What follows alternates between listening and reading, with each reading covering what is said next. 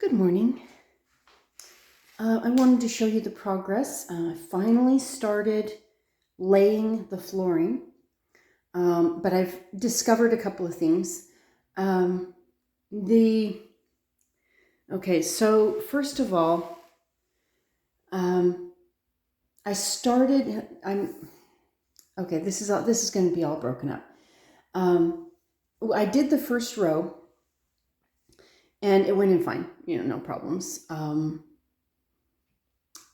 Now, the distance between the wall and the middle of the doorway is exactly 19 planks.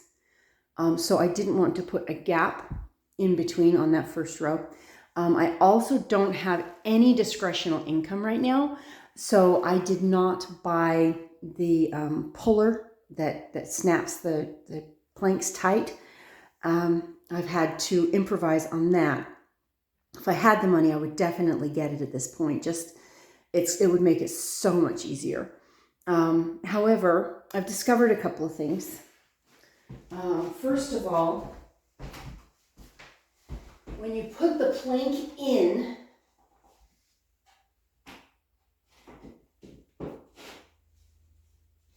oh, wrong way, sorry. This isn't the plank that's going to go there, but okay. So when you put the plank in, it automatically sits up like this. And that just means that that it's not completely seated along this edge. So what I'm doing is using a piece of the board, and I don't know which one of these is the tongue or which one is the groove. I learned by trial and error that the wide side needs to be toward the working side. The narrow side is this right here, and it goes toward the wall. So, on this part anyway. But this wide edge is the one that should go out. So there's always this gap when you first put the plank in. Now, I was trying to figure out how, when you use the puller, again, you're working against the wall, but you put the puller around the edge, and then you use a hammer on the other side in order to pull it tight. I am not a man. I am also 50 plus years old. I am nowhere near as strong as I used to be. And these planks simply were not pulling tight. So what I ended up doing for those first couple of rows was putting this is the square and it's metal, putting this against the wall and against the board and snapping it upright until the board actually snapped in. Now, because of how wide everything is, it was making dents in the board. It was making dents in the wall, and so I used a piece like this against it between the square and the wall, and then I would just snap it upright, and it would snap the board in. But that meant moving the entire floor every time I had a board that wasn't willing to go in. And if one of the center boards wasn't willing to go in, all I could do was manipulate on either end using this and try to force it in. I stopped using this